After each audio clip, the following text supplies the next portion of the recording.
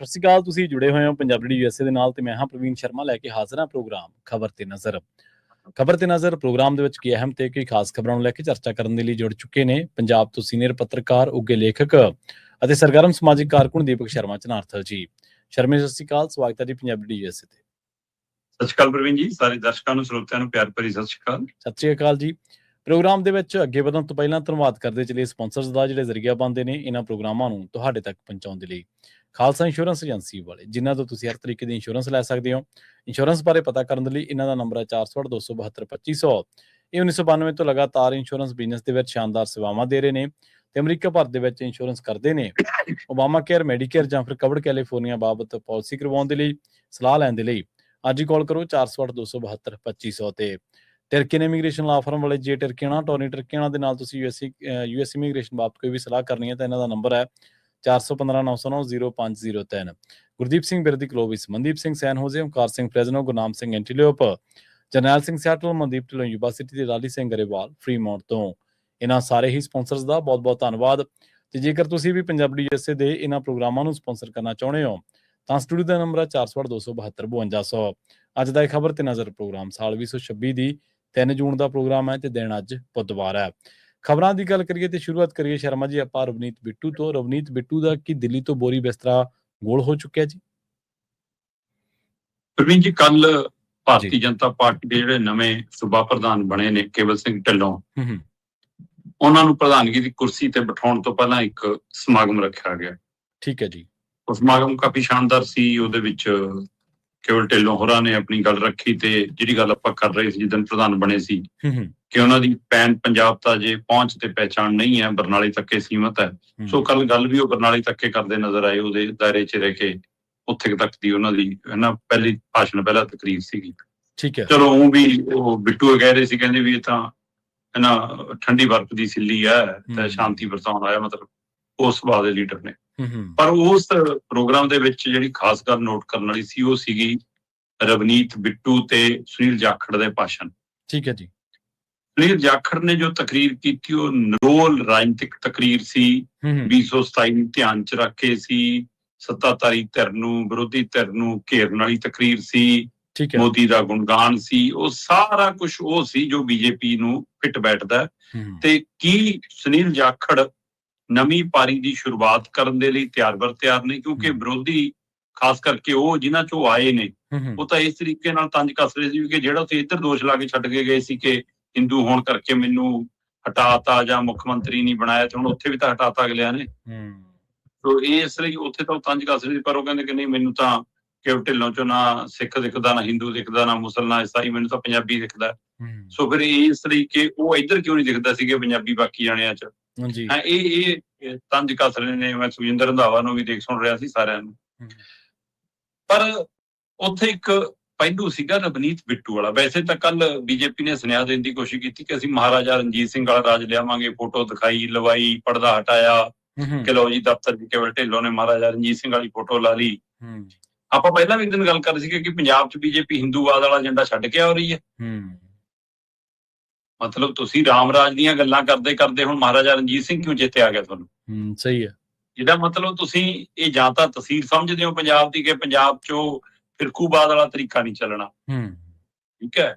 ਮਤਲਬ ਰਾਮ ਰਾਜ ਵੀ ਤੁਸੀਂ ਸਥਾਪਿਤ ਨਹੀਂ ਕਰ ਪਾ ਰਹੇ ਤੇ ਮਹਾਰਾਜਾ ਰਣਜੀਤ ਸਿੰਘ ਵਾਲਾ ਰਾਜ ਤੁਸੀਂ ਸਥਾਪਿਤ ਕੀ ਕਰਨਾ ਜੀ। ਤੇ ਇਸ ਲਈ ਮਤਲਬ ਕਿ ਉਹ ਸਾਰੀਆਂ, ਪਰ ਇਹਨਾਂ ਨੂੰ ਇਹ ਪਤਾ ਕਿ ਇੱਥੇ ਅਸੀਂ ਕਿਹੜੇ ਤਰੀਕੇ ਨਾਲ, ਇਹਦਾ ਮਤਲਬ ਤੁਸੀਂ ਪੂਰੀ ਤਰ੍ਹਾਂ ਨਾਲ ਚੋਣ ਦੀ ਤਿਆਰੀ ਕਰਕੇ ਉਸ ਤਰੀਕੇ ਨਾਲ ਪੇਸ਼ ਹੋਣ ਆ ਰਹੇ ਹੋ। ਹੁਣ ਉਹਦੇ ਵਿੱਚੋਂ ਜੇ ਸੁਨੀਲ ਜਾਖੜ ਇਹ ਦੇਖਦੇ ਨੇ ਕਿ ਮੈਂ ਇਸ ਤਰੀਕੇ ਕਾਰਨ ਆਪਣੇ ਆਪ ਨੂੰ ਪੇਸ਼ ਕਰ ਦੇਵਾਂ ਕਿ ਚਲੋ ਪ੍ਰਧਾਨਗੀ ਤੋਂ ਹਟਾਤਾ, ਮੈਨੂੰ ਮੁੱਖ ਮੰਤਰੀ ਦਾ ਉਮੀਦਵਾਰ ਮੰਨ ਲਓ, ਕਿ ਉਹ ਕੱਲ ਆਪਣੀ ਲੀਡਰਸ਼ਿਪ ਨੂੰ ਇਹ ਸੁਨੇਹਾ ਦੇਣ ਦੀ ਕੋਸ਼ਿਸ਼ ਕਰ ਰਹੇ ਸੀ ਕਿ ਇਹਨਾਂ ਸਾਰੇ ਚੋਂ ਸਿਆਣਾ ਤੇ ਸਮਝਦਾਰ ਮੈਂ ਆ, ਮੇਰੇ ਤੇ ਨਜ਼ਰ ਰੱਖੋ ਜੀ। ਸਹੀ ਹੈ। ਪਰ ਕਿੰਨੇ ਕੁ ਸਿਆਣੇ ਚਾਹੀਦੇ ਹੁੰਦੇ ਨੇ ਹਾਈ ਕਮਾਂਡਾਂ ਨੂੰ, ਇਹ ਵੀ ਸਭ ਨੂੰ ਪਤਾ। ਉਹ ਆਪਣੇ ਕੰਟਰੋਲ ਵਾਲਾ ਬੰਦਾ ਚਾਹੁੰਦੇ ਨੇ, ਸਿਆਣੇ ਆ ਬੰਦਾ ਨਹੀਂ ਚਾਹੁੰਦੇ ਹੁੰਦੇ। ਹੁਣ ਉਹਦੇ ਵਿੱਚੋਂ ਰਵਨੀਤ ਬਿੱਟੂ ਉਮੀਦ ਕਰਕੇ ਬੈਠਾ ਸੀ ਕਿ ਮੈਨੂੰ ਪ੍ਰਧਾਨਗੀ ਮਿਲ ਜੂਗੀ ਜੀ। ਮੈਂ ਜਿੰਨੀ ਪੰਜਾਬ 'ਚ ਤੇਜ਼ ਤਰਾਰੀ ਨਾਲ ਕੰਮ ਕਰ ਰਿਹਾ, ਫਿਰਿਆ ਤੁਰ ਰਿਹਾ, ਆਡੇ ਲੈ ਰਿਹਾ, ਪੰਗੇ ਲੈ ਰਿਹਾ, ਕਿ ਮੈਨੂੰ ਪ੍ਰਧਾਨਗੀ ਮਿਲ ਜੂ। ਪ੍ਰਧਾਨਗੀ ਮਿਲ ਗਈ ਕੇਵਲ ਸਿੰਘ ਢਿੱਲੋਂ ਨੂੰ। ਪਰ ਰਵਨੀਤ ਬਿੱਟੂ ਦੀ ਅੱਖ ਵੀ ਪੰਜਾਬ ਦੀ ਮੁੱਖ ਮੰਤਰੀ ਦੀ ਕੁਰਸੀ ਤੇ ਹੈਗੀ ਆ। ਬਿਲਕੁਲ ਸਹੀ ਹੈ ਜੀ। ਰਵਨੀਤ ਬਿੱਟੂ ਕਹਿੰਦੇ ਵੀ ਕਿ ਮੈਂ ਟੈਚੀਆਂ 'ਚ ਕੱਪੜੇ ਪਾ ਲਏ ਜੀ, ਗੱਡੀ 'ਚ ਰੱਖ ਲਏ ਜੀ, ਸਾਨੂੰ ਹੁਣ ਬਸ ਦਿੱਲੀ ਤੋਂ ਤੋਰ ਦਿਓ ਤੁਸੀਂ। ਦਿੱਲੀ ਤੋਂ ਵਿਹਲੇ ਕਰਕੇ ਤੋਰੋ ਜੀ। 17 ਸਾਲ ਹੋ ਗਏ ਮੈਨੂੰ ਦਿੱਲੀ ਫਿਰਦੇ ਨੂੰ। ਠੀਕ ਹੈ। ਮਤਲਬ ਉਹ ਕਾਂਗਰਸ ਦੇ ਕਾਰਜਕਾਲ ਤੋਂ ਲੈ ਕੇ ਹੁਣ ਤੱਕ ਰਾਜ ਸਭਾ ਤੱਕ ਆਪਣਾ ਗਣਾ ਰਹੇ ਸੀ ਕਿ ਮੈਂ MP ਰਹਿ ਰਿਹਾ ਜੀ 3 ਵਾਰ, ਹੁਣ ਰਾਜ ਸਭਾ ਚਲਾ ਗਿਆ ਜੀ, 2 ਸਾਲ ਹੋ ਗਏ ਜੀ, ਮੈਂ ਮੰਤਰੀ, ਤੁਸੀਂ ਮੈਨੂੰ ਹਾਰੇ ਹੋਏ ਨੂੰ ਵੀ ਬਣਾਤਾ ਜੀ, ਹੈ ਨਾ। ਤੇ ਇਸ ਲਈ ਮੈਂ ਹੁਣ ਪੰਜਾਬ ਲਈ ਕੰਮ ਕਰਨਾ ਚਾਹੁੰਦਾ। ਪੰਜਾਬ ਲਈ ਤਾਂ ਕੰਮ ਤੁਸੀਂ ਹੁਣੇ ਕਰ ਲਓ, ਕਿਹੜਾ ਕੋਈ ਰੋਕਦਾ। ਜਦੋਂ ਹਾਰੇ ਸੀ ਤਾਂ ਵੀ ਕਰ ਸਕਦੇ ਸੀ, ਜਦੋਂ ਕਾਂਗਰਸ ਸੀ ਤਾਂ ਵੀ ਕਰ ਸਕਦੇ ਸੀ। ਪੰਜਾਬ ਲਈ ਕੰਮ ਕਰਨਾ ਮਤਲਬ ਤਾਂ ਹੀ ਹੈ ਕਿ ਜਦੋਂ ਮੁੱਖ ਮੰਤਰੀ ਦਾ ਉਮੀਦਵਾਰ ਬਣਨ ਫੇਰ ਇਹ ਪੰਜਾਬ ਲਈ ਕੰਮ ਹੁੰਦਾ ਹੈ। ਹੁਣ ਰਵਨੀਤ ਬਿੱਟੂ ਕੀ ਆਪਣੀਆਂ ਜੋ ਉਹਨਾਂ ਦੇ ਆਉਣ ਵਾਲੇ ਸਮੇਂ ਦੀਆਂ ਚੁਣੌਤੀਆਂ ਨੇ ਉਹਨੂੰ ਇਸ ਤਰੀਕੇ ਨਾਲ ਪੇਸ਼ ਕਰ ਰਹੇ ਨੇ, ਜਾਂ ਜੋ ਉਹਨਾਂ ਨਾਲ ਨਵਾਂ ਹੋਣ ਜਾ ਰਿਹਾ ਰਾਜਨੀਤਿਕ ਤੌਰ ਤੇ ਉਹਨੂੰ ਮਤਲਬ ਕਿ ਸਾਫ਼ ਗੋਈ ਨਾਲ ਲੰਘਾਉਣਾ ਚਾਹੁੰਦੇ ਨੇ ਕਿ ਦੇਖੋ ਜੀ ਮੈਂ ਤਾਂ ਆਪ ਤਿਆਗ ਕਰਕੇ ਆਇਆ, ਇਹ ਦਿਖਾਉਣਾ ਚਾਹੁੰਦੇ ਨੇ ਉਹ। ਅਸਲ 'ਚ ਤਾਂ ਅਮਿਤ ਸ਼ਾਹ ਦਾ ਕੀ ਸੁਨੇਹਾ ਲੱਗ ਗਿਆ ਕਿ ਭਾਈ ਬਹੁਤ ਹੋ ਗਿਆ, ਤੈਨੂੰ ਮੰਤਰੀ ਵੀ ਬਣਾ ਲਿਆ, ਤੂੰ ਰਾਜ ਭਾਗ ਵੀ ਮਾਣ ਲਿਆ, ਰਾਜ ਸਭਾ ਵੀ ਰਹਿ ਲਿਆ, ਚੱਲ ਹੁਣ ਪੰਜਾਬ 'ਚ ਕੰਮ ਕਰ ਜਾ ਕੇ ਚੱਲ ਜਾ। ਕਿ ਇਹ ਉਹਨੂੰ ਹੁਕਮ ਸੁਣਾ ਦਿੱਤਾ ਗਿਆ ਕਿਉਂਕਿ 18 ਜੂਨ ਨੂੰ ਕਾਰਜਕਾਲ ਮੁੱਕ ਜਾਣਾ ਰਾਜ ਸਭਾ ਦਾ 2 ਸੀਟਾਂ ਦਾ। ਰਾਜਸਥਾਨ ਦੀਆਂ 2 ਸੀਟਾਂ ਨੇ ਤੇ ਦੋਵਾਂ ਦੇ ਵਿੱਚੋਂ ਫਿਰ ਕੀ ਇੱਕ ਸੁਨੀਲ ਜਾਖੜ ਨੂੰ ਦਿੱਤੀ ਜਾਊਗੀ ਜੀ। ਸਹੀ ਹੈ। ਇਸ ਸੁਨੀਲ ਜਾਖੜ ਨੂੰ ਕੇਂਦਰ 'ਚ ਲਿਆ ਜਾ ਸਕਦਾ, ਮੰਤਰੀ ਬਣਾਉਣਗੇ ਕਿ ਨਹੀਂ ਬਣਾਉਣਗੇ ਤਾਂ ਨਹੀਂ ਪਤਾ। ਕੀ ਇਹਦੀ ਤਿਆਰੀ ਹੈ ਜਾਂ ਇਸ ਵਾਰ ਰਾਜਸਥਾਨ ਵਾਲਿਆਂ ਨੂੰ ਦੇ ਦੇਣਗੇ ਕਿ 2 ਲੀਡਰ ਪੰਜਾਬ 'ਚ ਕੰਮ ਕਰੋ ਜੀ। ਪਰ ਇੱਕ ਸੰਕੇਤ ਦਾ ਜਿਹੜਾ ਆਪਾਂ ਕੱਲ ਵੀ ਗੱਲ ਕਰ ਰਹੇ ਸੀ ਰਵਨੀਤ ਬਿੱਟੂ ਦੇ ਮਾਮਲੇ 'ਚ ਕਿ ਕੀ ਰਾਜ ਸਭਾ ਜਾ ਸਕਦੀ ਹੈ। ਖੁਦ ਮੁੱਖ ਮੰਤਰੀ ਭਗਵੰਤ ਮਾਨ ਵੀ ਕਹਿ ਰਹੇ ਸੀ ਕਿ ਚੱਲੀ ਬਈ ਤੈਅ ਹੋ ਗਿਆ ਕਿ ਰਾਜ ਸਭਾ ਤੋਂ ਛੁੱਟੀ ਹੋ ਗਈ। ਤੇ ਉਹ ਸਾਰੀਆਂ ਗੱਲਾਂ ਤੇ ਖੁਦ ਰਵਨੀਤ ਬਿੱਟੂ ਨੇ ਕਹਿ ਕੇ ਮੋਹਰ ਲਾਤੀ ਕਿ ਮੈਂ ਟੈਚੀ ਪੈਕ ਕਰ ਲਿਆ। ਠੀਕ ਹੈ। ਤੇ ਇਹਦਾ ਮਤਲਬ ਦਿੱਲੀ ਤੋਂ ਰਵਨੀਤ ਬਿੱਟੂ ਦਾ ਬੋਰੀ ਬਿਸਤਰਾ ਗੋਲ। ਤੇ ਅਗਲੀ ਪਾਰੀ ਕੀ ਹੋਊਗੀ ਇਹ ਆਉਂਦਾ ਸਮਾਂ ਦੱਸੂਗਾ ਜੀ। ਸਹੀ ਹੈ, ਬਿਲਕੁਲ। ਅਗਲੀ ਗੱਲ ਕਰੀਏ ਪੰਜਾਬ ਕਾਂਗਰਸ ਦੀ, ਜਿਵੇਂ ਤੁਸੀਂ ਜਾਖੜ ਦੀ ਗੱਲ ਵੇਲੇ ਚਰਚਾ ਕਰ ਰਹੇ ਸੀ, ਇਹਨਾਂ ਦੀ ਆਪਦੇ ਹੀ ਸਰਬੰਸ ਦੇ ਵਿੱਚ ਉਲਝ ਕੇ ਰਹਿ ਗਈ ਹੈ ਕਹਿੰਦੇ ਪੰਜਾਬ ਕਾਂਗਰਸ। ਦੇਖੋ ਪਹਿਲਾਂ ਤਾਂ ਕਾਂਗਰਸ ਦਾ ਕਾਫੀ ਭਾਜਪੀਕਰਨ ਹੋ ਚੁੱਕਿਆ। ਹੁਣ ਕੱਲ ਪ੍ਰਧਾਨ ਮਤਲਬ BJP ਦਾ ਚੁਣਿਆ ਜਾ ਰਿਹਾ ਸੀ ਤੇ ਸਟੇਜ ਤੇ ਬੈਠੇ ਲੀਡਰਾਂ ਦੀ ਚਮਕ ਸਾਰੇ ਕਾਂਗਰਸੀ ਹੋ ਰਹੇ ਸੀ, ਚਾਹੇ ਬਿੱਟੂ, ਚਾਹੇ ਜਾਖੜ, ਚਾਹੇ ਕੇਵਲ ਢਿੱਲੋਂ, ਹੈ ਨਾ, ਖੁਦ ਜਿਹੜਾ ਨਵਾਂ ਪ੍ਰਧਾਨ। ਪਰ ਇੱਧਰ ਕਾਂਗਰਸ ਦੇ ਘਰੇ ਵੀ ਕਾਫੀ ਤਰਥੱਲੀ ਹੈ। ਜੇ 5 ਦਿਨਾਂ 'ਚ 2 ਵਾਰ ਦਿੱਲੀ ਜਾਂਦੇ ਨੇ, ਹਾਈਕਮਾਨਾਂ ਮੀਟਿੰਗਾਂ ਕਰਦੇ ਨੇ, ਹੈ ਨਾ, ਬਾਹਰ ਆ ਕੇ ਕਹਿਣਾ ਪੈਂਦਾ ਕਿ ਅਸੀਂ ਬਦਲਾਅ ਨਹੀਂ ਕਰ ਰਹੇ ਜੀ, ਅਸੀਂ ਪ੍ਰਧਾਨ ਨਹੀਂ ਬਦਲ ਰਹੇ ਜੀ। ਇਹਦਾ ਮਤਲਬ ਅੰਦਰ ਹੀ ਗੱਲਾਂ ਹੋ ਰਹੀਆਂ ਨੇ ਨਾ ਕਿ ਬਦਲੋ ਜੀ, ਕੁਛ ਕਰੋ ਜੀ। ਸਹੀ ਹੈ, ਬਿਲਕੁਲ। ਤਾਂ ਕਿ ਤੁਹਾਨੂੰ ਮੀਡੀਆ 'ਚ ਕਹਿਣਾ ਪੈਂਦਾ। ਪਰ ਇਹਨਾਂ ਦੋਵਾਂ ਮੀਟਿੰਗਾਂ ਦੇ ਵਿੱਚ ਕੱਲਾ ਪਾਰਟੀ ਦਾ ਢਾਂਚਾ, ਸਟਰਕਚਰ, ਚਿਹਰੇ ਮੋਹਰੇ ਬਦਲਣ ਦੀ ਉਹ ਗੱਲ ਨਹੀਂ ਹੋਈ। ਜੀ। ਸਹੀ ਹੈ। ਪੰਜਾਬ ਕਾਂਗਰਸ ਦੀ ਲੀਡਰਸ਼ਿਪ ਦੇ ਮੂਹਰੇ ਜਾਂ ਜਿਹੜੇ ਦਿੱਲੀ ਵਾਲੇ ਬੈਠੇ ਸੀ, ਵਿੱਚੇ ਬਘੇਲ, ਵਿੱਚੇ KC ਵੇਣੂਗੋਪਾਲ, ਤੇ ਉਹਨਾਂ ਸਾਰਿਆਂ ਮੂਹਰੇ ਰਾਹੁਲ ਗਾਂਧੀ ਨੇ 2 ਸਰਵੇ ਰੱਖਤੇ। 2 ਸਰਵੇ ਰੱਖ ਕੇ ਕਿਆ ਚੈੱਕ ਕਰੋ ਜੀ। ਪਹਿਲਾ ਸਰਵੇ ਉਹ ਪ੍ਰਵੀਨ ਜੀ ਜਿਹੜਾ ਕਾਂਗਰਸ ਦੀ ਦਿੱਲੀ ਹਾਈ ਕਮਾਂਡ ਨੇ ਕਰਵਾਇਆ ਪੰਜਾਬ 'ਚ। ਠੀਕ ਹੈ। ਉਸ ਸਰਵੇ ਦੇ ਵਿੱਚ ਕਾਂਗਰਸ ਪਾਰਟੀ ਨੂੰ 52 ਤੋਂ 54 ਸੀਟਾਂ ਮਿਲਦੀਆਂ ਦਿਖਾਈਆਂ ਗਈਆਂ। ਠੀਕ ਹੈ। 117 ਦੇ ਵਿੱਚੋਂ 59 ਸੀਟਾਂ ਬਹੁਮਤ ਲਈ ਚਾਹੀਦੀਆਂ। ਤਾਂ ਮਤਲਬ ਕਿ 1+60 ਸੀਟ ਜੇ ਹੋਊਗੀ ਤਾਂ ਤੁਹਾਡੀ ਬਹੁਮਤ ਬਣਦੀ ਹੈ। ਪਰ ਇਹਨਾਂ ਨੂੰ ਦਿੱਲੀ ਵਾਲੇ ਸਰਵੇ ਦੇ ਵਿੱਚ 52 ਤੋਂ 54 ਸੀਟਾਂ ਮਿਲਦੀਆਂ ਦਿਖ ਰਹੀਆਂ ਜੀ। ਮਤਲਬ ਬਹੁਮਤ ਤਾਂ ਮਿਲ ਨਹੀਂ ਰਿਹਾ ਪਰ ਬਹੁਮਤ ਦੇ ਬਹੁਤ ਨੇੜੇ ਦਿਖਾਇਆ ਗਿਆ। ਦੂਜਾ ਸਰਵੇ ਰਾਹੁਲ ਗਾਂਧੀ ਜਿਹੜਾ ਮੂਹਰੇ ਰੱਖਿਆ ਉਹ ਸੀ ਪੰਜਾਬ ਕਾਂਗਰਸ ਵੱਲੋਂ ਕਰਵਾਇਆ ਗਿਆ। ਠੀਕ ਹੈ ਜੀ। ਉਸ ਦੇ ਵਿੱਚ 64 ਤੋਂ 68 ਸੀਟਾਂ ਦਾ ਜ਼ਿਕਰ ਹੈ ਕਿ ਪੰਜਾਬ ਕਾਂਗਰਸ 64 ਤੋਂ 68 ਸੀਟਾਂ ਲੈ ਜਾ ਰਹੀ ਹੈ। ਮਤਲਬ ਬਹੁਮਤ ਤੋਂ ਤਾਂ ਪਾਰ ਹੈ ਪਰ ਜ਼ਿਆਦਾ ਦੂਰ ਨਹੀਂ, ਨੇੜੇ ਤੇੜੇ ਹੀ ਹੈ ਮਤਲਬ। ਜੀ। ਹੁਣ ਇਹ ਦੋਏ ਸਰਵੇ ਮੂਹਰੇ ਰੱਖ ਕੇ ਰਾਹੁਲ ਗਾਂਧੀ ਨੇ ਪੁੱਛਿਆ ਪੰਜਾਬ ਦੀ ਲੀਡਰਸ਼ਿਪ ਨੂੰ, ਕਹਿੰਦਾ ਭਾਈ ਐਂ ਦੱਸੋ ਕਿ ਆਹ ਸਰਵੇ ਜਿਹੜੇ ਇੱਕ ਸਾਡੀ ਵਾਲੀ ਟੀਮ ਨੇ ਕਰਾਇਆ ਕਿ ਤੁਹਾਡੀ ਵਾਲੀ ਟੀਮ ਨੇ ਕਰਾਇਆ, ਇਹਨਾਂ ਦੋਵਾਂ ਨੂੰ ਪੈਸੇ ਕਿਹਨੇ ਦੇਣੇ ਆ? ਸਾਰੇ ਕਾਂਗਰਸੀ ਇੱਕ ਦੂਜੇ ਦੇ ਮੂੰਹ ਕਿਤੇ ਦੇਖਣ ਲੱਗੇ ਕਿ ਇਹ ਕੀ ਸਵਾਲ ਹੈ ਜੀ। ਰਾਹੁਲ ਕਹਿੰਦਾ ਪੈਸੇ ਤਾਂ ਆਪਾਂ ਦੇਣੇ ਆ ਨਾ, ਆਪਣੀ ਪਾਰਟੀ ਨੇ ਦੇਣੇ ਆ। ਤੇ ਫਿਰ ਜਿਨ੍ਹਾਂ ਤੋਂ ਸਰਵੇ ਵਾਲੀਆਂ ਕੰਪਨੀਆਂ ਨੇ ਪੈਸੇ ਲੈਣੇ ਫਿਰ ਉਹਦੀ ਬੋਲੀ ਨਹੀਂ ਬੋਲਣਗੇ, ਹੋਰ ਕਿਹਦੀ ਬੋਲਣਗੇ? ਇਹਦਾ ਮਤਲਬ ਜੇ ਸਾਨੂੰ ਉਹ ਨੇੜੇ ਦਿਖਾ ਰਹੇ ਨੇ ਜਾਂ ਮਾੜਾ ਜਿਹਾ ਪਾਰ ਦਿਖਾ ਰਹੇ ਨੇ, ਉਹ ਇਸ ਲਈ ਦਿਖਾ ਰਹੇ ਨੇ ਕਿ ਸਾਡੇ ਤੋਂ ਪੈਸੇ ਲੈਣੇ ਆ। ਇਹਦਾ ਸਾਡੀ ਹਾਲਤ ਇਸ ਤੋਂ ਵੀ ਮਾੜੀ ਹੈ। ਉਹ ਤਾਂ ਮਤਲਬ ਕਿ ਮਾੜੀ ਜੀ ਇੱਜ਼ਤ ਰੱਖਣ ਲਈ ਹੈ ਨਾ। ਇਹ ਰਾਹੁਲ ਗਾਂਧੀ ਦਾ ਇਸ਼ਾਰਾ ਕਾਫੀ ਮਤਲਬ ਨੁਕਤਾ ਕਾਫੀ ਵਾਜਬ ਸੀ ਜੀ। ਸਹੀ ਹੈ, ਬਿਲਕੁਲ। ਤੇ ਜਿਹੜਾ ਰਾਹੁਲ ਗਾਂਧੀ ਦਾ ਸਰਵੇ ਆ ਉਹਦੇ ਵਿੱਚੋਂ ਕਹਿੰਦੇ ਆ ਕਿ ਬਦਲਾਅ ਦੀ ਕੋਈ ਗੱਲ ਨਹੀਂ ਹੈਗੀ, ਮਤਲਬ ਬਦਲਾਅ ਦੀ ਮੰਗ ਹੈ ਥੱਲੇ। ਰਾਹੁਲ ਗਾਂਧੀ ਵਾਲੇ ਸਰਵੇ 'ਚ ਹੈਗਾ ਕਿ ਲੋਕ ਬਦਲਾਅ ਚਾਹੁੰਦੇ ਆ ਕਿ ਚਿਹਰਾ ਨਵਾਂ ਦਿਓ ਜੀ, ਹੈ ਨਾ, ਹੋਰ ਦਿਓ ਜੀ। ਤੇ ਜਿਹੜਾ ਪੰਜਾਬ ਕਾਂਗਰਸ ਨੇ ਕਰਿਆ ਉਹ 'ਚ ਕਿਹਾ ਕਿ ਨਾ ਸਾਨੂੰ ਇਹੀ ਪ੍ਰਧਾਨ ਮਨਜ਼ੂਰ ਆ, ਸਾਨੂੰ ਨਹੀਂ ਚਾਹੀਦਾ ਬਦਲਾਅ। ਇਹਦਾ ਮਤਲਬ ਪੰਜਾਬ ਕਾਂਗਰਸ ਜਿਹੜਾ ਕਰਾਇਆ ਉਹਨੇ ਨੁਕਤਾ ਕਿਹਾ ਕਿ ਨਹੀਂ ਕਿਹਾ, ਜਾਂ ਜਿਨ੍ਹਾਂ ਕੋਲ ਉਹ ਪਹੁੰਚੇ ਕੀ ਪਹੁੰਚੇ, ਖੇਲ। ਫਿਰ ਜੇ ਰਾਹੁਲ ਗਾਂਧੀ ਇਹ ਸਮਝਦਾ ਕਿ ਕੰਪਨੀਆਂ ਕਿਵੇਂ ਸਰਵੇ ਕਰਕੇ ਅੰਕੜੇ ਦਿੰਦੀਆਂ ਨੇ, ਫਿਰ ਰਾਹੁਲ ਗਾਂਧੀ ਇਹ ਵੀ ਸਮਝਦਾ, ਤੇ ਤਾਂ ਹੀ ਇਸੇ ਲਈ ਉਹਨੇ ਮਤਲਬ ਇਹ ਵੀ ਕਹਿਤਾ ਸੀਗਾ ਵੀ ਮੈਨੂੰ ਪਤਾ ਜਿਹੜਾ ਪਾਰਟੀ ਲਈ ਕੰਮ ਨਹੀਂ ਕਰੂਗਾ, ਟੀਮ ਵਜੋਂ ਕੰਮ ਨਹੀਂ ਕਰੇਗਾ, ਮੈਨੂੰ ਸਪੇਰਾਂ 'ਚ ਵੀ ਬਿਠਾ ਸਕਦਾ। ਪਰ ਇਹ ਸਰਵੇ ਨੇ ਕਾਂਗਰਸ ਦੀ ਚਿੰਤਾ ਤਾਂ ਵਧਾਤੀ ਕਿ ਇੰਨਾ ਆਸਾਨ ਨਹੀਂ ਬਹੁਮਤ ਹਾਸਲ ਕਰਨਾ 2027 'ਚ। ਜੀ ਜੀ, ਬਿਲਕੁਲ ਬਿਲਕੁਲ। ਮੁੱਖ ਮੰਤਰੀ ਦੇ ਦਾਅਵੇਦਾਰ ਬਣੇ ਰਹੋ, ਜੇ ਐਮਐਲਏ ਨਾ ਬਣੇ, ਜੇ ਗਿਣਤੀ ਉਹ ਪੂਰੀ ਨਾ ਹੋਈ, ਫਿਰ ਮੁੱਖ ਮੰਤਰੀ ਕਿੱਥੋਂ? ਪਰ ਮੈਂ ਪ੍ਰਵੀਨ ਜੀ ਤੋਂ ਇੱਕ ਕਦਮ ਅੱਗੇ ਵੱਧ ਕੇ ਦੇਖਦਾ। ਮੈਂ ਦੇਖਦਾ ਕਿ ਇਹ ਸਰਵੇ 'ਚ ਜੇ 50-52 ਸੀਟਾਂ ਵੀ ਕਾਂਗਰਸ ਜਾ ਰਹੀ ਆ, ਮੰਨ ਲਓ 48-50 ਵੀ ਜਾ ਰਹੀ ਆ, ਤੇ ਫਿਰ ਬੀਜੇਪੀ ਪੂਰੀ ਤਾਕਤ ਨਾਲ ਆ ਰਹੀ ਆ। ਆਮ ਆਦਮੀ ਪਾਰਟੀ ਸੱਤਾ ਦੇ ਦਮ ਤੇ ਆ ਰਹੀ ਆ। ਅਕਾਲੀ ਦਲ ਕਹਿੰਦਾ ਅਸੀਂ ਉੱਠ ਰਹੇ ਆ, ਹੈਨਾ, ਵਾਰਸ ਪੰਜਾਬ ਤੇ ਕਹਿੰਦੇ ਅਸੀਂ ਜੁਟੇ ਹੋਏ ਆ। ਤੇ ਜੇ ਦਾਣਾ ਦਾਣਾ ਕਿਤੇ ਕਿਤੇ ਡਿੱਗਿਆ, ਫਿਰ ਇਹਦਾ ਮਤਲਬ ਬਹੁਮਤ ਕਿਸੇ ਨੂੰ ਵੀ ਨਹੀਂ। ਪੰਜਾਬ 'ਚ ਲੰਗੜੀ ਸਰਕਾਰ ਬਣ ਰਹੀ ਆ। ਫਿਰ ਜੇ ਇੱਕ ਧਿਰ ਕਹਿੰਦੀ ਅਸੀਂ ਬਹੁਮਤ ਦੇ ਨੇੜੇ ਆ, ਤਾਂ ਦੂਜੀਆਂ ਵੀ ਉਹਦੇ ਨੇੜੇ ਤੇੜੇ ਜਾਂਦੀਆਂ ਦੇਖਣਗੀਆਂ। ਜੇ 2-3 ਧਿਰਾਂ 'ਚ ਵੋਟ ਵੰਡ ਹੁੰਦੀ ਆ ਤਾਂ ਵੀ, ਤੇ ਜੇ ਸਾਰਿਆਂ 'ਚ ਵੰਡ ਹੁੰਦੀ ਆ ਤਾਂ ਵੀ। ਇਹਦਾ ਮਤਲਬ ਜੇ ਕਿਸੇ ਦੀ ਲਹਿਰ ਨਹੀਂ, ਹਵਾ ਨਹੀਂ, ਕੀ ਉਹਦਾ ਫਾਇਦਾ ਸੱਤਾਧਾਰੀ ਧਿਰ ਨੂੰ ਹੋਊਗਾ? ਉਹ ਕਿਹੜੀ ਸੱਤਾ? ਕੇਂਦਰ ਵਾਲੀ ਸੱਤਾ ਕਿ ਪੰਜਾਬ ਵਾਲੀ ਸੱਤਾ? ਬਿਲਕੁਲ ਸਹੀ।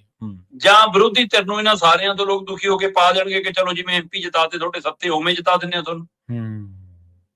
ਸੋ ਇਹਦਾ ਮਤਲਬ ਅਜੇ ਇਹ ਸਰਵੇ ਕੱਲਾ ਕਾਂਗਰਸ ਲਈ ਨਹੀਂ, ਸਾਰੀਆਂ ਰਾਜਨੀਤਿਕ ਧਿਰਾਂ ਲਈ, ਪੰਜਾਬ ਲਈ ਸਵਾਲ ਹੈ ਕਿ ਪੰਜਾਬ 'ਚ ਲੰਗੜੀ ਸਰਕਾਰ ਬਣ ਸਕਦੀ ਹੈ, ਹੰਗ ਅਸੈਂਬਲੀ ਆ ਸਕਦੀ ਹੈ, ਪੰਜਾਬ 'ਚ ਟੁਕੜਿਆਂ ਦੀ ਸਰਕਾਰ ਬਣ ਸਕਦੀ ਹੈ, ਭੰਨਤੋੜ ਹੋ ਸਕਦੀ ਹੈ। ਉਹਦਾ ਫਾਇਦਾ, ਉਹਦਾ ਲਾਹਾ ਕੱਲ ਨੂੰ ਕੌਣ ਚੱਕੂਗਾ? ਇਹ ਸਰਵੇ ਬਹੁਤ ਅਰਥ ਰੱਖਦਾ। ਜੀ ਬਿਲਕੁਲ। ਤੇ ਇੱਧਰ ਗੱਲ ਕਰ ਲਈਏ ਪੰਜਾਬ ਦੇ ਸੱਤਾਧਾਰੀਆਂ ਦੀ, ਕਹਿੰਦੇ ਕੱਟੜ ਇਮਾਨਦਾਰਾਂ ਨੂੰ ਪੰਜਾਬ ਦੇ ਵਿੱਚ ਭ੍ਰਿਸ਼ਟ ਅਫਸਰ ਹੀ ਲੱਭ ਰਹੇ ਆ ਜੀ, ਇਹ ਕਾਹਤੋਂ?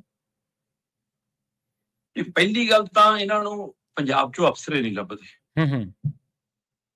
ਇਹਨਾਂ ਦੀਆਂ 70-80% ਨਿਯੁਕਤੀਆਂ ਪੰਜਾਬ ਤੋਂ ਬਾਹਰ ਹੀ ਨੇ। ਖਾਸ ਕਰ ਚੇਅਰਮੈਨੀਆਂ ਫੇਅਰਮੈਨੀਆਂ ਜਿੱਦਾਂ ਝਾਤ ਮਾਰ ਕੇ ਦੇਖ ਲਓ ਜੀ। ਕੀ ਸਕੂਲ ਸਿੱਖਿਆ ਬੋਰਡ ਹੋਵੇ ਪੰਜਾਬ ਦਾ, ਕੀ ਪੋਲਿਊਸ਼ਨ ਕੰਟਰੋਲ ਬੋਰਡ ਹੋਵੇ, ਹੈ ਨਾ, ਤੇ ਉਹਨਾਂ 'ਚ ਤੇ ਇਹ ਤੋਂ ਪਹਿਲਾਂ ਚਾਹੇ ਰਾਜ ਸਭਾ ਭੇਜਣ ਦੀ ਕਵਾਇਦ ਹੋਵੇ, ਜਾਂ ਨੌਕਰੀਆਂ ਤੱਕ ਦੇਣ ਦੀ ਵਾਰੀ ਆਵੇ, ਉਹਦੇ ਵਿੱਚ ਵੀ। ਸੋ ਵੱਡੀ ਗਿਣਤੀ 'ਚ ਪੰਜਾਬ ਦੇ ਬਾਹਰੀਆਂ ਦੀ ਚੋਣ ਹੁੰਦੀ ਹੈ ਜੀ। ਹੁਣ ਇਹਨਾਂ ਨੇ ਇੱਕ ਬੰਦਾ ਲਾਇਆ ਜੀ, ਇਲੈਕਟ੍ਰਿਸਿਟੀ ਰੈਗੂਲੇਟਰੀ ਕਮਿਸ਼ਨ ਦਾ ਚੇਅਰਮੈਨ। ਠੀਕ ਹੈ ਜੀ। ਸੰਜੇ ਗੁਪਤਾ। ਬੰਦਾ ਹਰਿਆਣੇ ਨਾਲ ਸੰਬੰਧਿਤ ਹੈ। ਤੇ ਸਾਡਾ ਸਾਰਾ ਜੱਦੋ-ਜਹਿਦ ਜਿਹੜਾ ਪਾਣੀਆਂ ਦੀ ਵੰਡ ਦਾ, ਬਿਜਲੀ ਦੀ ਸਪਲਾਈ ਦਾ, ਉਹਦੇ ਨਾਲ ਪ੍ਰਭਾਵਿਤ ਹੋਣ ਦਾ ਸਾਰਾ ਖੇਲ, ਉਹ ਸਾਰਾ ਕੁਝ ਦਿੱਲੀ, ਰਾਜਸਥਾਨ, ਹਰਿਆਣੇ ਨਾਲ ਪੇਚ ਹੈ ਜੀ। ਤੇ ਜੇ ਤੁਸੀਂ ਉਹਨਾਂ ਦਾ ਬੰਦਾ ਮੁਖੀ ਲਾ ਰਹੇ ਹੋ, ਕੱਲ ਨੂੰ ਫਿਰ ਕੇਜਰੀਵਾਲ ਜੀ ਨੇ ਹਰਿਆਣੇ 'ਚ ਵੋਟਾਂ ਮੰਗਣੀਆਂ, ਫਿਰ ਉੱਥੇ ਜਾ ਕੇ ਕੁਝ ਖੇਲਾ ਕਰਨਾ। ਸਹੀ। ਕਾਹਦੇ ਲਈ ਲਿਆਂਦਾ ਇਹ ਬੰਦਾ ਜੀ? ਚਲੋ, ਜੇ ਬੰਦਾ ਇੰਨਾ ਕੈਪੇਬਲ ਹੋਵੇ ਕਿ ਸਾਨੂੰ ਆਪਣੇ ਬੰਦੇ ਨਹੀਂ ਮਿਲਦੇ। 26 ਬੰਦੇ ਸੀ ਜਿਹੜੇ ਕੋਰਮ ਪੂਰਾ ਕਰਦੇ ਸੀ ਪੰਜਾਬ ਦੇ। ਠੀਕ ਹੈ ਜੀ। ਪਰ ਇਹ ਕੋਈ ਵੀ ਸੀਟ ਤੇ ਜਿਹੜੇ ਉਹਦੇ ਨਾਰਮ ਹੁੰਦੇ ਨੇ, ਉਹਦੇ ਸਿਧਾਂਤ ਹੁੰਦੇ ਨੇ, ਉਹਦਾ ਮਤਲਬ ਇੱਕ ਇਹ ਹੁੰਦਾ ਕਿ ਹਾਂ ਆਹ ਕੈਟਾਗਰੀਆਂ ਬਣਦੀਆਂ ਨੇ, ਪੂਰੀਆਂ ਕਰਨੀਆਂ ਚਾਹੀਦੀਆਂ ਨੇ, ਉਹਦੇ ਅਨੁਸਾਰ ਬੰਦਾ ਨਹੀਂ ਲੱਭਦੇ। ਆਮ ਆਦਮੀ ਪਾਰਟੀ, ਕੇਜਰੀਵਾਲ ਦਾ ਇੱਕੋ ਇੱਕ ਫਾਰਮੂਲਾ ਕਿ ਬੰਦਾ ਆਪਣਾ ਲੱਭੋ, ਨਿਯਮ ਉਹਦੇ ਹਿਸਾਬ ਨਾਲ ਛਾਂਗ ਵੱਢ ਘੱਟ ਕਰ ਲਓ। ਇਹ ਕਰਦੇ ਆਏ ਨੇ, ਆਪਾਂ ਪਾਵਰਕਾਮ ਵਾਲੇ ਮਾਮਲੇ 'ਚ ਵੀ ਦੇਖਿਆ। ਜੀ ਜੀ, ਸਹੀ ਹੈ। ਹੁਣ ਉਹੀ ਫਾਰਮੂਲਾ ਇੱਥੇ ਵਰਤਿਆ ਗਿਆ। ਇਹਦਾ ਮਤਲਬ ਇਹਨਾਂ ਨੂੰ ਸੰਜੇ ਗੁਪਤਾ ਚਾਹੀਦਾ ਸੀ। ਹੁਣ ਸੰਜੇ ਗੁਪਤਾ ਦਾ ਮਸਲਾ ਕੱਲਾ ਹਰਿਆਣੇ ਤੋਂ ਹੋਣ ਦਾ ਨਹੀਂ ਹੈ, ਕੱਲਾ ਬਾਹਰੀ ਹੋਣ ਦਾ ਨਹੀਂ ਹੈ। ਸੰਜੇ ਗੁਪਤਾ ਨਾਂ ਦਾ ਬੰਦਾ ਹਿਮਾਚਲ ਦੇ ਵਿੱਚ ਚੀਫ ਸੈਕਟਰੀ ਰਿਹਾ ਹੁਣੇ। ਠੀਕ ਹੈ, ਖਤਮ ਹੋਇਆ ਹੁਣੇ ਟਰਮ ਜੀ। ਟਰਮ ਖਤਮ ਹੋਣੀ ਸੀ, ਰਿਟਾਇਰ ਹੋਣਾ ਸੀ, ਰਿਟਾਇਰਮੈਂਟ ਤੋਂ ਪਹਿਲਾਂ ਹਟਾਉਣਾ ਪੈ ਗਿਆ ਹਿਮਾਚਲ ਵਾਲਿਆਂ ਨੂੰ। ਦੁਬਾਰਾ ਲਾਉਣਾ ਚਾਹੁੰਦੇ, ਹੁਣ ਦੀ ਇੱਛਾ ਵੀ ਸੀ ਤਾਂ ਵੀ ਨਹੀਂ ਲਾ ਸਕਦੇ, ਕਾਰਨ ਰੰਗੇ ਹੱਥੀ ਰਿਸ਼ਵਤਖੋਰੀ 'ਚ ਫੜਿਆ ਗਿਆ ਬੰਦਾ। ਜੀ ਸਹੀ ਹੈ। ਤੇ ਇਹੋ ਜਿਹੇ ਬੰਦੇ ਨੂੰ ਲਿਆ ਕੇ ਕੱਟੜ ਇਮਾਨਦਾਰ ਲਾਉਣਾ ਹੀ ਕਿਉਂ ਚਾਹੁੰਦੇ ਨੇ ਜੀ? ਫਿਰ ਜਿਹਦੇ ਉੱਤੇ ਇਹੋ ਜਿਹੇ ਦੋਸ਼ ਵੀ ਲੱਗਦੇ ਹੋਣ ਕਿ ਜੀ ਇਹਨੇ ਕਰੋੜਾਂ ਦੀ ਜ਼ਮੀਨ ਲੱਖਾਂ 'ਚ ਵੇਚਤੀ, ਇਹ ਸੌਦੇ ਕਰ ਲਏ, ਉਹ ਬੰਦਾ ਉਹਨੂੰ ਇਹ ਇਲੈਕਟ੍ਰਿਸਿਟੀ ਰੈਗੂਲੇਟਰੀ ਕਮਿਸ਼ਨ ਦੇ ਚੇਅਰਮੈਨ ਵਜੋਂ ਕੱਲ ਲਾਤਾ ਜੀ। ਸਹੀ ਹੈ। ਕੱਲ ਉਹਨੂੰ ਨਿਯੁਕਤੀ ਦੇਤੀ, ਉਹਨੂੰ ਕੁਰਸੀ ਤੇ ਬਿਠਾਤਾ। ਤੇ ਫਿਰ ਇਹਨੂੰ ਕੱਟੜ ਇਮਾਨਦਾਰੀ ਕਹੀਏ ਜੀ ਕਿ ਪੰਜਾਬ ਨਾਲ ਇੱਕ ਹੋਰ ਧੋਖਾ ਕਹੀਏ? ਇਹ ਸੋਚਣਾ ਪਊਗਾ ਪੰਜਾਬ ਨੂੰ ਫਿਰ ਹੋ ਕੀ ਹੈ। ਬਿਲਕੁਲ। ਅਗਲੀ ਗੱਲ ਕਰੀਏ ਮੁੱਖ ਮੰਤਰੀ ਸਾਹਿਬ ਦੇ ਉਸ ਐਲਾਨ ਦੀ, ਜਿਸ ਐਲਾਨ ਦੇ ਵਿੱਚ ਉਹਨਾਂ ਨੇ ਬਹੁਤ ਵੱਡਾ ਦਾਅਵਾ ਕੀਤਾ ਤੇ ਵਾਅਦਾ ਵੀ ਕੀਤਾ ਲੋਕਾਂ ਦੇ ਨਾਲ। ਪ੍ਰਾਈਵੇਟ ਸਕੂਲਾਂ ਦਾ ਮਾਮਲਾ, ਲੋਕਾਂ ਨੂੰ ਇਹ ਅਕਸਰ ਹੀ ਲੋਕ ਸ਼ਿਕਾਇਤ ਕਰਦੇ ਨੇ ਕਿ ਮਨਮਾਨੀਆਂ ਕਰਦੇ ਨੇ, ਮਨਮਰਜ਼ੀ ਦੀ ਫੀਸ ਥੋਪ ਦਿੰਦੇ ਨੇ, ਫਿਰ ਇਹ ਵੀ ਤੈਅ ਕਰਦੇ ਨੇ ਕਿੱਥੋਂ ਕਿਤਾਬਾਂ ਲੈਣੀਆਂ, ਕਿੱਥੋਂ ਬੈਗ ਲੈਣਾ, ਕਿੱਥੋਂ ਵਰਦੀ ਲੈਣੀ ਹੈ।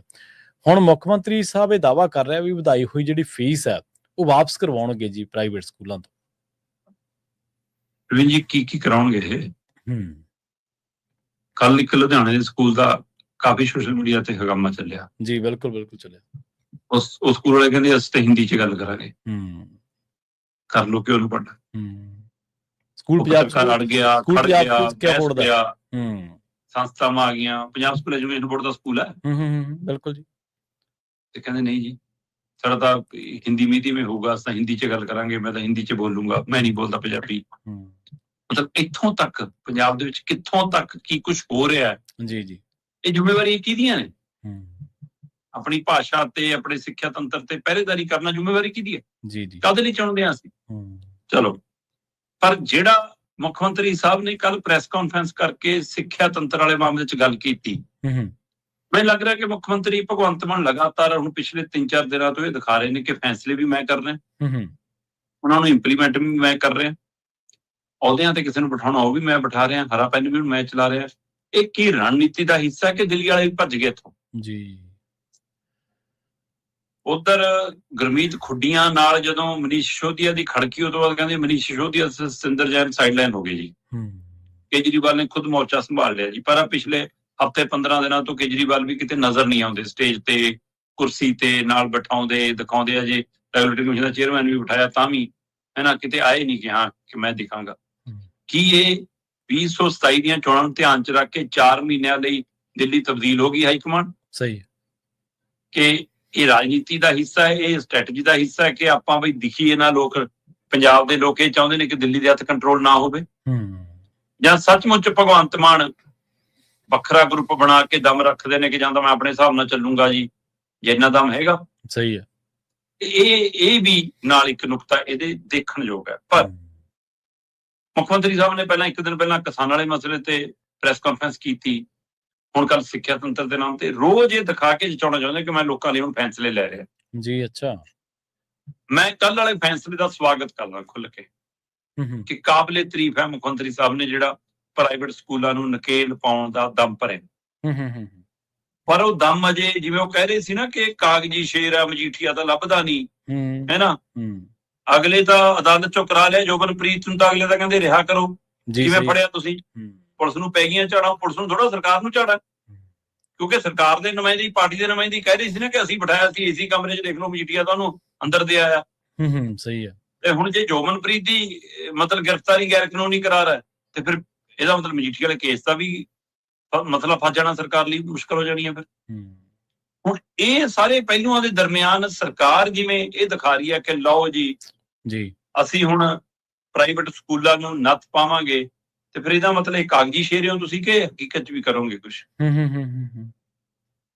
ਮੁੱਖ ਮੰਤਰੀ ਸਾਹਿਬ ਸਹੀ ਹੈ ਜੇ ਤੁਸੀਂ ਇਹ ਕਰ ਦੋ ਕਿ ਹਾਂ ਵਰਦੀ ਵੀ ਅੱਡੋ ਅੱਡ ਥਾਵਾਂ ਤੋਂ ਮਿਲੂਗੀ, ਜਿੱਥੋਂ ਮਰਜ਼ੀ ਲੈ ਲਓ, ਕਿਤਾਬਾਂ ਕਾਪੀਆਂ ਪੈਨਸਲਾਂ ਜਿੱਥੋਂ ਮਰਜ਼ੀ ਲੈ ਲਓ, ਪਰ ਇਹ ਐਲਾਨ ਤਾਂ ਪਹਿਲੀਆਂ ਸਰਕਾਰਾਂ ਵੀ ਕਰਦੀਆਂ ਆਈਆਂ ਜੀ। ਜੀ ਸਹੀ ਹੈ। ਪਰ ਉਹ ਐਲਾਨ ਕਦੇ ਲਾਗੂ ਕਦੇ ਕਿਉਂ ਨਹੀਂ ਹੋਇਆ? ਅੱਛਾ, ਤੁਸੀਂ ਕਹਿੰਦੇ ਵੀ ਕਿ ਜਿਨ੍ਹਾਂ ਸਕੂਲਾਂ ਨੇ 15% ਤੋਂ ਵੱਧ ਪਿਛਲੇ 3 ਸਾਲਾਂ 'ਚ ਫੀਸ ਵਸੂਲੀ ਆ, ਉਹ ਫੀਸ ਅਸੀਂ ਵਾਪਸ ਕਰਾਵਾਂਗੇ ਤੇ ਅਗਲੇ ਸਾਲ ਤੋਂ ਕੋਈ 5% ਤੋਂ ਵੱਧ ਵਾਧੂ ਫੀਸ ਨਹੀਂ ਲੈ ਸਕੂਗਾ ਜੀ। ਮਹੀਨਾ ਕਿਹੜਾ ਚੱਲ ਰਿਹਾ ਜੀ? ਜੂਨ। ਤੇ ਜੀ ਚੋਣਾਂ ਹੋ ਜਾਣੀਆਂ ਜੇ ਨਵੰਬਰ ਦਸੰਬਰ 'ਚ ਵੀ ਹੋ ਗਿਆ ਤਾਂ ਵੀ, ਜੇ ਜਨਵਰੀ 'ਚ ਹੋਈ ਤਾਂ ਵੀ, ਮਤਲਬ ਸੈਸ਼ਨ ਤੋਂ ਪਹਿਲਾਂ ਲਗਭਗ ਚੋਣਾਂ ਹੋ ਜਾਣੀਆਂ। ਕਿਵੇਂ ਕਰਾਓਗੇ ਫੀਸ? ਅਗਲੀ ਸਰਕਾਰ ਕਿਹਦੀ? ਜੇ ਤੁਹਾਡੀ ਆ ਵੀ ਗਈ, ਤੁਹਾਨੂੰ ਇਹ ਚੇਤੇ ਵੀ ਹੋਊਗਾ ਵਾਅਦਾ ਕਿ ਨਹੀਂ ਹੋਊਗਾ, ਕਿਉਂਕਿ ਤੁਸੀਂ ਇਹ ਚੋਣਾਂ ਤੋਂ ਪਹਿਲਾਂ ਕਰ ਰਹੇ ਹੋ ਗੱਲਾਂ। ਸਹੀ ਹੈ। ਮਤਲਬ ਇਹ ਕਾਗਜ਼ ਤੇ ਪੜ੍ਹਨ ਨੂੰ ਫੈਸਲਾ ਤਾਰੀਫ ਕਰਨ ਦੇ ਲਾਇਕ ਹੈ ਕਿ ਫੀਸਾਂ ਵੀ ਵਾਪਸ ਹੋਣਗੀਆਂ, ਮਾਪਿਆਂ ਦੀ ਲੁੱਟ ਵੀ ਖਤਮ ਹੋਊਗੀ, ਵਾਧਾ ਵੀ ਇੱਕ ਸਿਸਟਮ ਤੈਅ ਹੋਊਗਾ ਜੀ। ਤੇ ਮੁੱਖ ਮੰਤਰੀ ਸਾਹਿਬ ਕਹਿੰਦੇ ਅਸੀਂ ਵਿਧਾਨ ਸਭਾ 'ਚ ਲਿਆ ਕੇ ਇਸ ਨੂੰ ਪਾਸ ਕਰਕੇ ਕਾਨੂੰਨ ਬਣਾਉਂਦਾ। ਕਦੋਂ ਬਣਾਉਂਗੇ? ਜੀ ਸਹੀ ਹੈ, ਬਿਲਕੁਲ। ਪਰ ਜੇ ਦੇਖਿਆ ਜਾਵੇ ਤਾਂ ਦਿੱਲੀ ਦੇ ਵਿੱਚ ਇਹੋ ਜਿਹਾ ਕੁਝ ਕੀਤਾ ਸੀ ਕੇਜਰੀਵਾਲ ਨੇ, ਕੁਝ ਸਕੂਲਾਂ ਤੋਂ ਪੈਸੇ ਵਾਪਸ ਕਰਾਏ ਸੀ। ਕੀ ਇੱਕਾ ਦੁੱਕਾ ਸਕੂਲ ਤੋਂ ਵਾਪਸ ਕਰਾ ਕੇ ਉਹਦੇ ਬੋਰਡ ਲਵਾਉਣਗੇ, ਫਿਰ ਉਹਦਾ ਪ੍ਰਚਾਰ ਕਰਾਉਣਗੇ? ਵੈਸੇ ਘਟਨਾ ਅੰਮ੍ਰਿਤਸਰ ਦੀ ਇੱਕ ਬੱਚੀ ਦੀ ਸੁਸਾਈਡ ਤੋਂ ਬਾਅਦ ਸਾਹਮਣੇ ਆਈ, ਜਿਹਨੂੰ ਲੈ ਕੇ ਮੁੱਖ ਮੰਤਰੀ ਸਾਹਿਬ ਨੇ ਕਾਫੀ ਚਿੰਤਾ ਪ੍ਰਗਟਾਈ ਤੇ ਇਹ ਗੱਲ ਰੱਖੀ ਹੈ। ਜੀ ਸਹੀ ਹੈ, ਬਿਲਕੁਲ। ਚਲੋ, ਜੇ ਉਸ ਘਟਨਾ ਦੇ ਹਵਾਲੇ ਨਾਲ ਚੇਤੇ ਆ ਗਿਆ, ਤੁਸੀਂ ਇਹਨੂੰ ਇੰਪਲੀਮੈਂਟ ਕਰ ਦੋ ਤਾਂ ਸਰਕਾਰ ਦੀ ਸ਼ਾਬਾਸ਼ੀ ਦੇਣੀ ਬਣਦੀ ਹੈ। ਪਰ ਸਵਾਲ ਇਹ ਹੈ ਕਿ ਕੀ ਮੁੱਖ ਮੰਤਰੀ ਸਾਹਿਬ 3.5 ਸਾਲ ਪਹਿਲਾਂ ਨਹੀਂ ਪਤਾ ਸੀਗਾ ਕਿ ਪ੍ਰਾਈਵੇਟ ਸਕੂਲ ਇਹ ਲੁੱਟਦੇ ਨੇ, ਕੁੱਟਦੇ ਨੇ, ਧੁੰਦੇ ਨੇ, ਮਾਪਿਆਂ ਨੂੰ ਤੰਗ ਕਰਦੇ ਨੇ, ਇੰਨਾ ਵਾਧਾ ਕਰਦੇ ਨੇ? ਹੁਣ ਜਦੋਂ 4.5 ਸਾਲ ਤੁਹਾਡੇ ਬੀਤ ਗਏ ਤੇ 6 ਮਹੀਨੇ ਰਹਿ ਗਏ, ਤਾਂ ਤੁਹਾਨੂੰ ਫੈਸਲਾ ਯਾਦ ਆਉਣਾ ਕੀ ਇਹ? ਕਿਉਂਕਿ ਇਹਨਾਂ ਦੀ ਵੀ ਇੱਕ ਲੌਬੀ ਹੈ ਪ੍ਰਾਈਵੇਟ ਸਕੂਲਾਂ ਦੀ। ਬਿਲਕੁਲ ਹੈਗੀ ਹੈ ਜੀ, ਸਹੀ ਹੈ। ਉਹਨਾਂ ਦੇ ਵੀ ਲੀਡਰ ਨੇ ਜਿਹੜੇ ਸੌਦਾ ਕਰਦੇ ਨੇ ਪਿੱਛੇ ਬੈਠ ਕੇ ਅਫਸਰਾਂ ਨਾਲ ਤੇ ਰਾਜਨੀਤਿਕ ਧਿਰਾਂ ਨਾਲ ਡੀਲਾਂ ਕਰਦੇ ਨੇ। ਇਹ ਸੌਦੇ ਦਾ ਹਿੱਸਾ ਹੈ ਕਿ 4.5 ਸਾਲ ਤੁਸੀਂ ਕਰ ਲਿਆ ਜੋ ਕਰ ਲਿਆ, 6 ਮਹੀਨੇ ਸਾਨੂੰ ਮਾਪਿਆਂ ਨੂੰ ਖੁਸ਼ ਕਰ ਲੈਣ ਦਿਓ, ਕਿਉਂਕਿ ਵੋਟਾਂ ਉੱਧਰ ਵੱਧ ਨੇ, ਤੁਹਾਨੂੰ ਹੋਰ ਪਾਸਿਓਂ ਬੈਕਡੋਰ ਕੋਈ ਨਵੀਂ ਰਾਹਤ ਦੇ ਦਾਂਗੇ, ਚੰਦ ਸਕੂਲਾਂ ਤੋਂ ਪੈਸੇ ਮੜਵਾ ਵੀ ਦਿਓ ਜੀ ਕਿ ਜੀ ਮੁੱਖ ਮੰਤਰੀ ਸਾਹਿਬ ਦਾ ਹੁਕਮ ਹੈ, ਤੇ ਉਹ ਦਿਖਾ ਕੇ ਅਸੀਂ ਪ੍ਰਚਾਰ ਕਰਕੇ ਮਾਪਿਆਂ ਦੀਆਂ ਵੋਟਾਂ ਲੈ ਲਈਏ, ਅਗਲੀ ਵਾਰ ਫਿਰ ਤੁਸੀਂ ਲੁੱਟ ਮਚਾਓ। ਸਹੀ। ਸੋ ਜਦ ਤੱਕ ਕਰ ਦੋ ਨਾ ਸਰਕਾਰੀ ਸਕੂਲ ਪ੍ਰਾਈਵੇਟ ਸਕੂਲ ਇਕਸਾਰ ਕਰ ਦੋ ਨਾ, ਇੱਕੋ ਫਾਰਮੂਲਾ। ਜੀ ਜੀ ਸਹੀ ਹੈ। ਸਰਕਾਰੀ ਹਸਪਤਾਲ ਪ੍ਰਾਈਵੇਟ ਹਸਪਤਾਲ ਕਰ ਦੋ ਨਾ ਇਕਸਾਰ। 4.5 ਸਾਲ ਤੁਸੀਂ ਕਿਉਂ ਨਹੀਂ ਕਰ ਸਕੇ ਬਰਾਬਰ? ਜਿਹੜੇ ਦਮ ਭਰਦੇ ਆ ਕਿ ਸਰਕਾਰੀ ਸਕੂਲ ਬਹੁਤ ਵਧੀਆ ਕਰਤੇ, 1 ਲੱਖ ਤੋਂ ਵੱਧ ਬੱਚਾ ਘਟ ਗਿਆ ਸਰਕਾਰੀ ਸਕੂਲਾਂ 'ਚ ਪਿਛਲੇ ਸਾਲਾਂ ਦੀ ਔਸਤ 'ਚ, ਦਮ ਭਰਦੇ ਨੇ ਜਿਹੜਾ ਉਲਟਾ ਅੰਕੜਾ ਇਹ ਹੈ। ਬਿਲਕੁਲ। ਸੋ ਇਸ ਲਈ ਰੋਲ 2027 ਦੀਆਂ ਚੋਣਾਂ ਨੂੰ ਧਿਆਨ 'ਚ ਰੱਖ ਕੇ ਲੋਕਾਂ ਨੂੰ ਮੂਰਖ ਬਣਾਉਣ ਦੀ ਇੱਕ ਕਵਾਇਦ ਹੈ। ਜੀ ਬਿਲਕੁਲ। ਤੇ ਜਾਂਦੇ ਜਾਂਦੇ ਗੱਲ ਕਰੀਏ ਮਮਤਾ ਬੈਨਰਜੀ ਦੀ ਪੋਲਿਟਿਕਸ ਦੇ ਬਾਰੇ। ਕਹਿੰਦੇ ਮਮਤਾ ਹੱਥੋਂ TMC ਗਈ ਤੇ ਗਈ। ਦੇਖੋ, ਆਪਾਂ ਕੱਲੇ ਗੱਲ ਕਰ ਰਹੇ ਸੀਗੇ ਕਿ ਮਮਤਾ ਬੈਨਰਜੀ ਨੇ 2 MLA ਨੂੰ ਪਾਰਟੀ ਚੋਂ ਬਾਹਰ ਕੀਤਾ। ਉਹਨਾਂ ਚੋਂ ਇੱਕ ਸੀਗਾ ਰਿਤਵਰਤ ਬੈਨਰਜੀ ਜੀ, 46 ਸਾਲ ਦਾ ਉਹ, ਤੇ ਉਹ ਕੱਲ ਹੀ ਸੰਕੇਤ ਮਿਲ ਰਹੇ ਸੀ ਕਿ ਵੀ ਉਹਦੇ ਕੋਲ 50 ਦੇ ਗੇੜ ਦੇ ਵਿੱਚ MLA ਦਾ ਸਮਰਥਨ ਹੈ। ਠੀਕ ਹੈ ਜੀ। ਪਰ ਜੇ 52 MLA ਪੂਰੇ ਨਾ ਹੁੰਦੇ ਉਹਦੇ ਕੋਲ, ਤਾਂ ਉਹਦੇ ਕੋਲ 2/3 ਵਾਲਾ ਫਾਰਮੂਲਾ ਪੂਰਾ ਨਹੀਂ ਹੁੰਦਾ ਸੀ।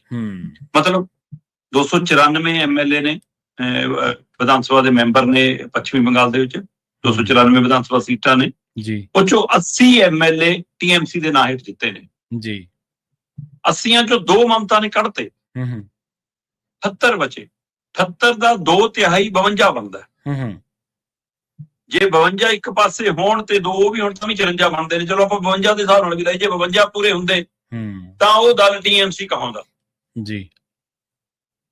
ਤੇ ਉਸ ਰਿਤਵਰਤ ਬੈਨਰਜੀ ਦੇ ਕੋਲ 58 MLA ਨੇ ਜੀ।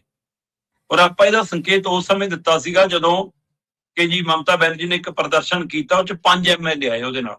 80 ਚੋਂ 5 ਆਉਣ ਤਾਂ ਬਹੁਤ ਮਾਇਨੇ ਰੱਖਦਾ। ਮਤਲਬ 5 ਰਹਿ ਜਾਂਦੇ ਤਾਂ ਸਮਝ ਆਉਂਦਾ ਕਿ 75 ਆ ਗਏ, 70 ਆ ਗਏ, ਇਹ ਆਉਣੇ 5, ਇਹਦਾ ਮਤਲਬ ਖੇਲ ਹੈਗਾ ਜੀ। ਹੁਣ ਉਹ ਖੇਲ ਹੋ ਗਿਆ। ਪਰ ਕੀ ਰਿਤਵਰਤ ਬੈਨਰਜੀ ਜਾਂ ਉਹ 58 MLA ਆਪ ਇਹਨਾਂ ਦਮ ਰੱਖਦੇ ਨੇ ਕਿ ਜਿਨ੍ਹਾਂ ਨੇ ਮਮਤਾ ਦੇ ਸਿਰ ਤੇ ਰਾਜ ਭਾਗ ਮਾਣਿਆ ਹੋਵੇ, ਸਾਰਾ ਕੁਝ ਉਹ ਛਾਲਾ ਮਾਰ ਕੇ ਚਲੇ ਜਾਣ? ਸਹੀ ਹੈ, ਬਿਲਕੁਲ।